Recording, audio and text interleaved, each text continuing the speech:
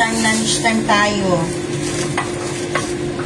Sus po, ang lolo, kadami na magining lettuce. Ang lunch namin, yung natirang pagkain kagabi, na adobong nanok.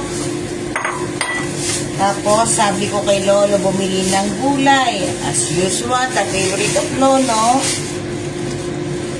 lettuce. O, hayaan yun na yung aking beardo. Kasi, galing ako sa rooftop, katatapos ko na maglaba. Super hangin. Kitchen tayo. Iinitin lang natin ang adobong manok with potato. Prito pala ako na itlog. Sabi ni lolo, magprito daw na itlog para baka daw hindi magkasya yung ulam. Hindi magprito.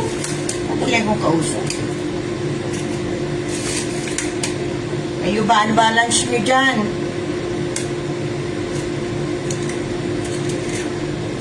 Ano ang minuto nyong ulam? Huwag magpag-rips eh. Wala ako naka-reserve. Wala. Sabi nung nag-message sa akin. Para daw ko ewan. Para daw ko tanga. Release ng mga ewan. Eh di, huwag kang manood. Nalilibang ako. Bakit ba? Wala man mga musta sa akin at least. Nalibang yung utak ko kaysa ma-stress ako. Buti nga, hindi ako nagtatumbling na nakahubo.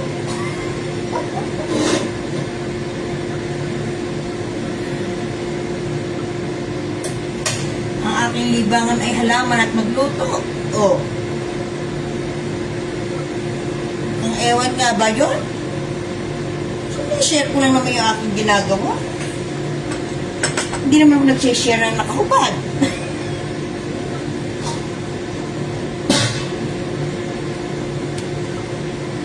Yung mga nagsasayo, hindi ko nga pinakikilaman eh. Kahit na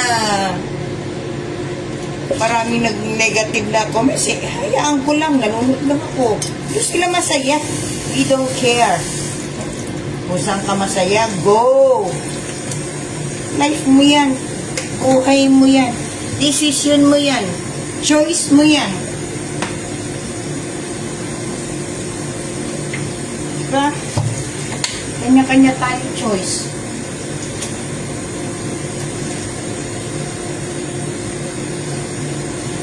So, wala kang ni-insulto, wala kang dinagihadong tao, go. Wala kang utang, go.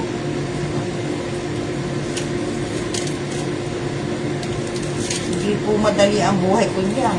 Buhay dito ng OFW yung kasambahay. Marami ang OFW na nalilibang sa careers. Ang problema.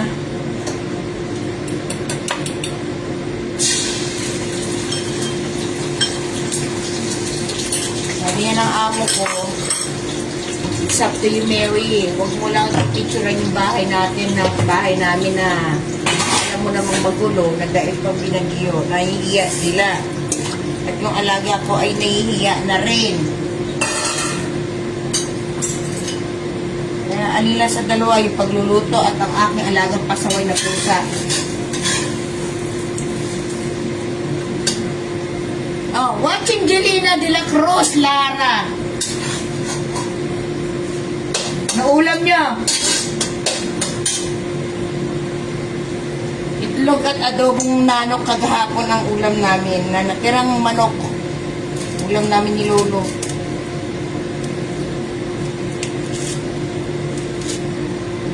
Ito pala. Wala na bang gas?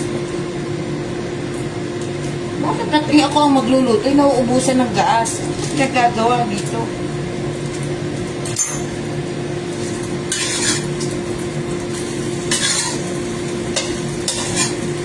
Andito ang Madam Cake ko, pero hindi sila dito kakain ng lunch. Si Lolo yata kahit isang linggo maggulay ng lettuce. hindi magre-reklamo, bituka. Ako yung nagre-reklamo ni bituka ko eh. Nag-iingay sa gabi. Si Lola naman, kahit araw-araw yata mag-choice ham.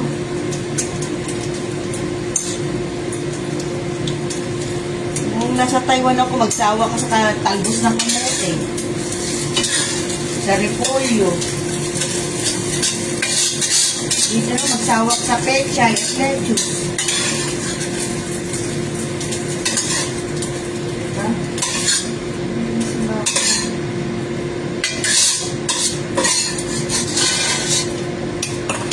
Luto lang tayo na. Init-init lang.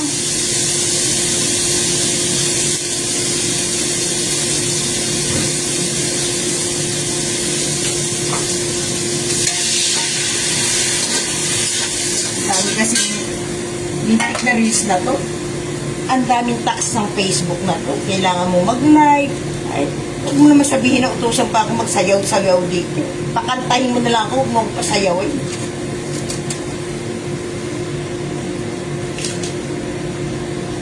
Alam mo, kalakihan yung mga kinikita dito. Naku, para sa artista lang yung mga malalaki kinikita sa Facebook. Sa akin po, libangan lang. Kahit nagmumukhang tanga. Ganun talaga. Malibang ka lang, kaysa ma-stress ka.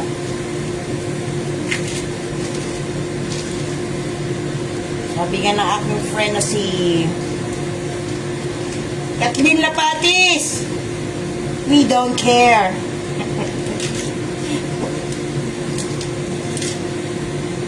Shout out niya sa friend ko na minsan magkita, bubungangaan ka pa. Akala ko ako na yung mabunganga eh. Meron pa akong higit pa.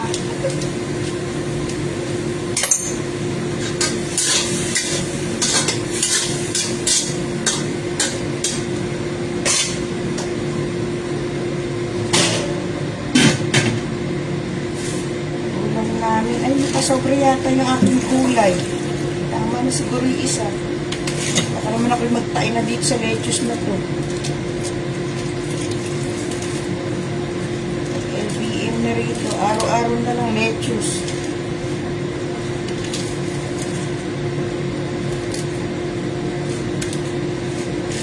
Lalaba pa si Lolo ng damit niya.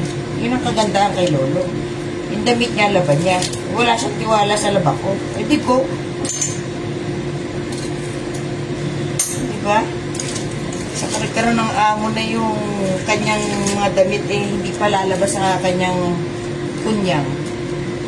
Okay lang sa akin yun. Samantala yung mag-ano, ultimo plastic, pinalalaban.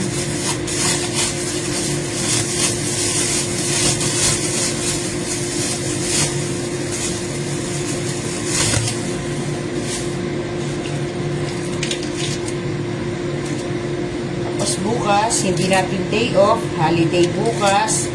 So, andito ang Lola mga hapon. Mayroong okasyon. May nabili na si Lola na rice tea cake. Yung parang biringhe sa atin. Bumibili na si Lola kasi matrabaho yun eh. Minsan na ginagawa ng kapatid niya, bibilhin niya. Binibenta sa palengke.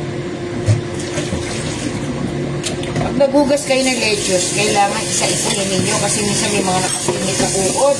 Tapos ibabad nyo ng 15 minutes sa asin na may tubig na may asin. O, di ba?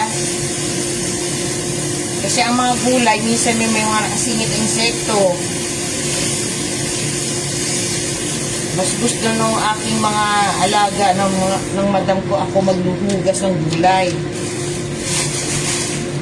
Kasi pag si Lola doon naghugas, 1, 2, 3 lang, okay na. So, diba? Sila yung tipo na masaya lang natugyo. Kunwari masaya lang, pero gina 1, 2, 3 din naman yung ginagawa nila.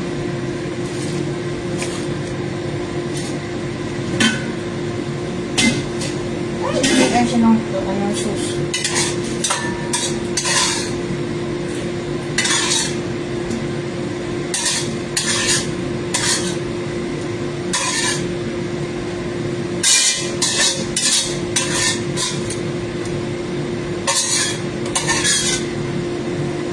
Lolo kasama ko, wala akong problema.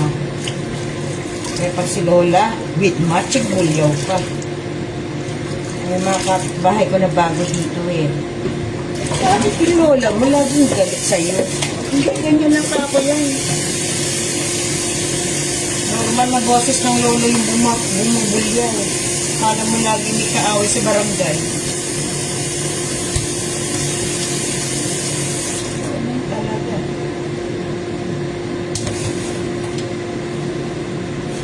Hindi pa ba ako masanay? 9 na taon na dito.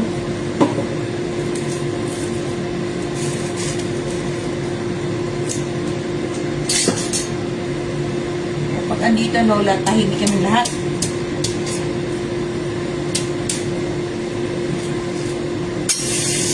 Hindi pa tapos maglaba si Lola, luto na yung aming lunch.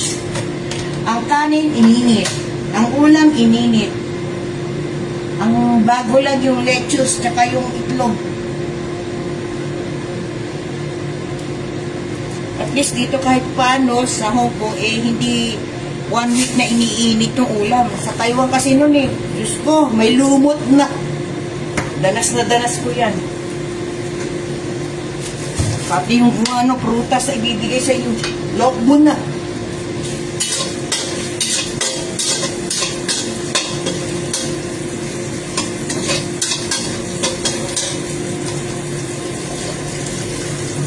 Kaya tapos maglaban ni Lolo, kakain na ng tanghalian.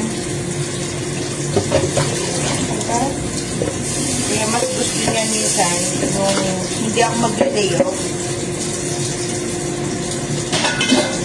pabor sa akin yun kasi babayaran. Kaya lang, yung nagpapasweldo, hindi pabor yun. Titipid din sila. Kung ako nagtitipid, ganun din yung nagpapasahod.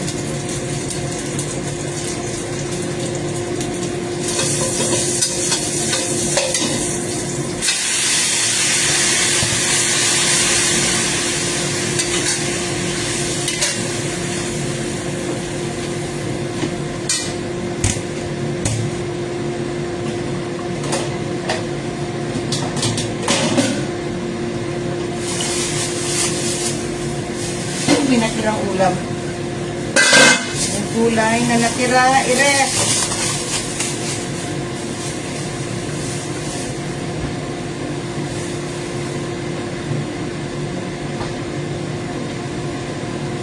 So, lagyan natin ng seasoning.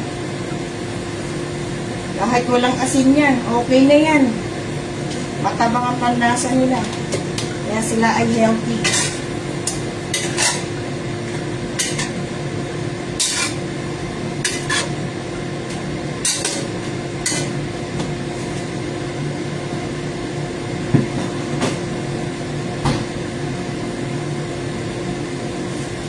Big.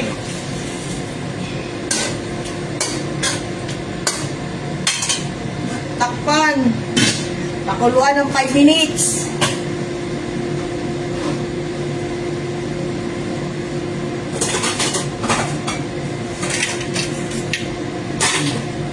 Tignan mo, kung hindi ba naman simple ang amo ko, plato namin stainless.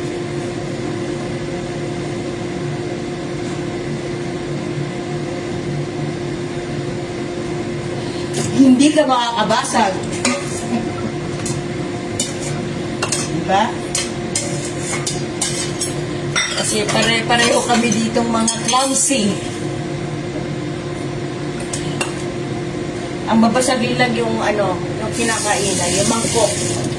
Tapos ang plato nila may isang mangkok na malaki, medium, tapos yung ganito. Karamihan puro stainless.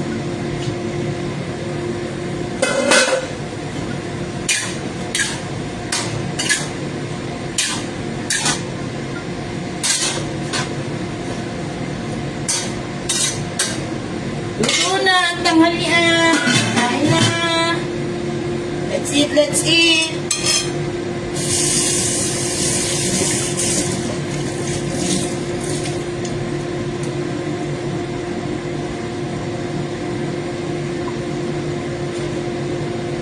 After lang tanghalian, maglinis ng 2nd floor at 3rd floor.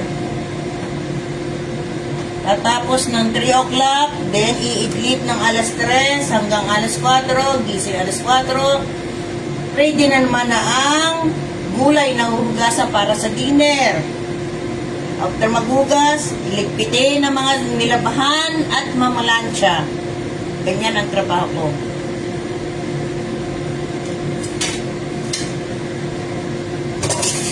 Malilibang lang po. Kailangan libangin kaysa isipin yung mga taong nakaka-stress.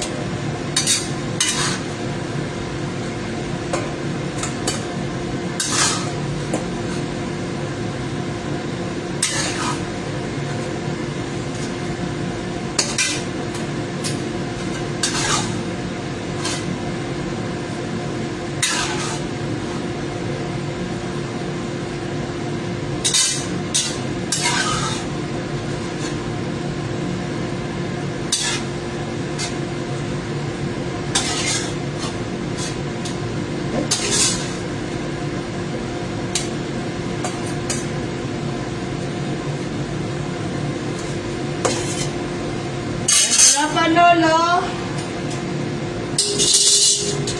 put muna natin dito ha, para uminit. Wala pa siya eh, hindi pa bumababa. Takpan. At habang hinihintay si Lolo, hugasan ng mga pinaggamitan sa pagluluto. Ano po, love you! Ay yung lingkod, si Mamita. Happy lunch tayo!